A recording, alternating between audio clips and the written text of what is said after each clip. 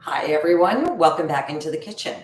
So we have waited now for 24 hours. I have my mixture in my bowl for my cheese. We're making our fermented cashew cheese. And I wanted just to show you what we have here. So what I did after I last saw you, because there were still some lumps in the batter, in the cheese batter, I ended up blending it up a little bit more with my stick mixer.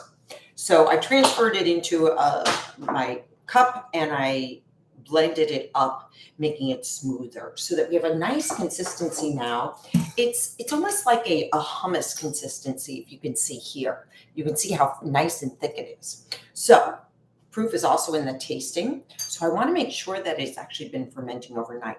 Now, if you could see, what's happened is there are some air pockets and bubbles that are in this mixture now that weren't there yesterday. And that comes from the microbes multiplying and giving off gas that gets trapped in the batter. That's how you know that it's fermenting. The other way is to give it a taste.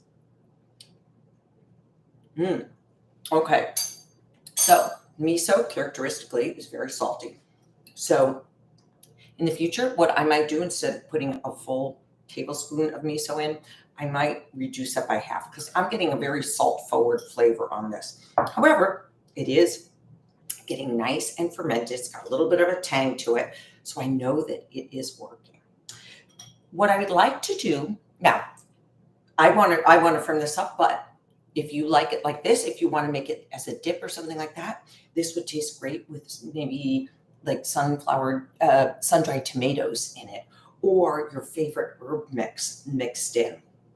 So that's just something to think about, that right now, this could be used right as a dip, which would taste great with some seeded crackers. Yeah. But we're going to make this into a cheese. And the way we're going to do that is I want to thicken up this batch a little bit more. So what I'm going to do is I'm going to take my cheesecloth here. Almost forgot what it was called. And I'm just going to line a bowl, small bowl with it, and I'm going to transfer my mixture into that bowl.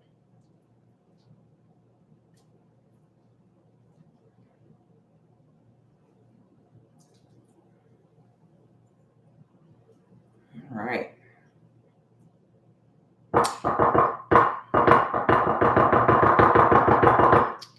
And I could have done this another way. I could have immediately put it into a strainer here, because what I would like to do is strain out some of the liquid that is now in our cheese. So I'm just going to make it into a little cheese ball here. I can already feel some of the moisture coming through. And I'm going to sit it into a small colander. I like this colander because it doesn't have a handle on it, and I want to put it into the refrigerator. So let me show you what we have here. So we now have a little cheese ball, all right? A little flattened cheese ball, but I want it to thicken up. So I'm just going to layer it over this bowl and take a plate to protect it and put it in the refrigerator overnight. And hopefully we'll see then that when I take it out, that this cheese ball will hold its shape. What happened overnight, the microbes were growing. Now when I put them into a cooler environment, they're going to slow down. They're going to go back to sleep. So the fermentation process slows down. After I let this firm up, we're going to let it sit out again, probably for about a week on the countertop to ferment even more. But first, we're going to let this solidify a little bit and put it into the refrigerator.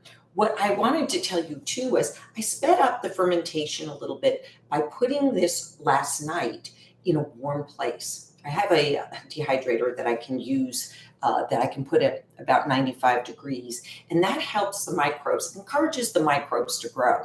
So when you're doing this, you could put it out on your countertop. Keep in mind that during the winter, it might take a little bit longer than during the summer because it is a little bit cooler. Or you could find a warm spot in your home, say on top of the refrigerator. A lot of people like to do that. Or if you have a pilot light in your stove, in your oven rather, you can turn the pilot light on and put your mixture in overnight in the oven with the oven turned off so that it has a nice, warm, cozy spot to culture. Okay? Just some ideas. We're going to put this in the refrigerator and I will see you tomorrow and we'll take a look and see how this looks. All right? Till then, stay well, eat healthy, and I'll see you tomorrow. Take care. Bye-bye for now.